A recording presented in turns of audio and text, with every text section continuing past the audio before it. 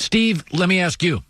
Do schedules matter? Did you wait for it? Did you care? What did you look for? What do they mean? Well, good afternoon here on the East Coast. And, yes, the schedules do matter. The way the league is doing it, they're doing it tonight at 8 o'clock on Info Network. Hosted by Rich Eisen, Colleen Wolfe, Kurt Warner, Steve Mariucci, Steve Weiss, Deion Sanders, and a lot of other guests as well. And what I love about looking at the schedule is it gives you a peek into what your season can look like, right? When we saw the season, when we see the schedule, teams break it up each game into quarters, and there are games in those quarters that you ain't got a chance, right, just based on that team. And then there's times where you go, okay, we can squeak this one out. And then so let's just say a team like Buffalo, right? Let's just say you playing Buffalo on a Sunday night primetime game, and you're in Buffalo, and it's late in the season. That defense is a slobber knocker. They cause turnovers. They hit you in the mouth. They get a lot of pressure, right? They're constantly in your face. Well, all of a sudden, you're playing them in December, and it's cold, physical team. No one's 100% in December. Yeah. All of a sudden, man, and you're away. So now you've been sitting at home all day in the cold, sitting in Buffalo in the cold versus at home where you can maybe get away from football for a little bit. Say you play a Monday night game. After meetings, I go to my my kids' lunch just to get away and let my mind not get revved up too soon before the 7.5 hours before the football game starts. So all of that stuff plays a part. Yeah. No, I think it does. I think this with no OTAs this year, I think certain teams like a Cincinnati with a rookie quarterback, if you don't get much of a fall camp, I don't think that helps you any. I think veteran players this year, because of no OTAs, I think I think like Russell Wilson, it's going to help him. Yes. I just do. By the way, you're in Carolina. I've always been a huge fan of Teddy Bridgewater. I was never a huge fan of Cam. He wears me out. But I think he's talented. Are you shocked they didn't keep Cam? Well, I'm not supposed to have relationships with people, but a lot of people talk to me, and so I have a lot of information. Yeah. With all that being said is, the lie would be, yes, I'm shocked. The truth is, no, I'm not. And the reason I say that is because I talk to a lot of people, but also understand what this team is. And here's what I mean. Matt Rule had a 7-year deal. Remove the money part. Yeah. 7 years says we're in this for the long haul. We understand it. Mr. Tepper is a hedge fund manager who understands long, passive income over time, understands that your money must work for you even when it's sleeping. So in the morning, it may be blood on the streets, but later, a couple of days later, it may get cleaned up. So understanding the long process of a passive income is income generating over a long period of time. So you have to be patient. Real estate, passive income, stocks, you can't get in the stock market trying to get a fast cash. And so you got a new coach who wants to implement some of the stuff he wants.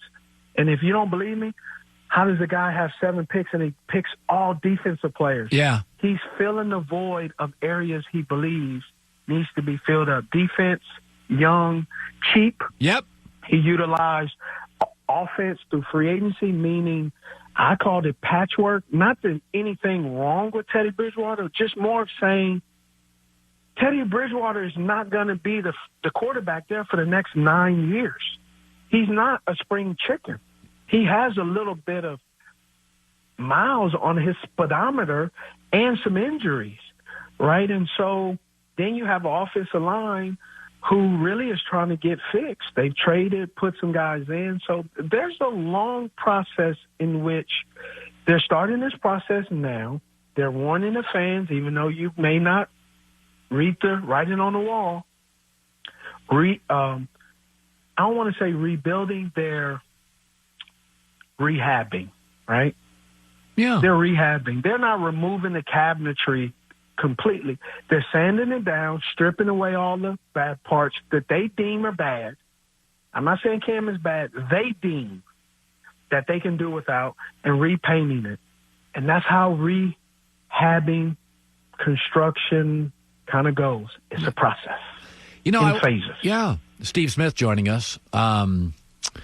Alex Smith, 17 surgeries on his leg. I almost wish it's just too much. I'm going to be nervous watching him. You actually broke your leg, I think, in 2004. You came back, had a huge year in 2005.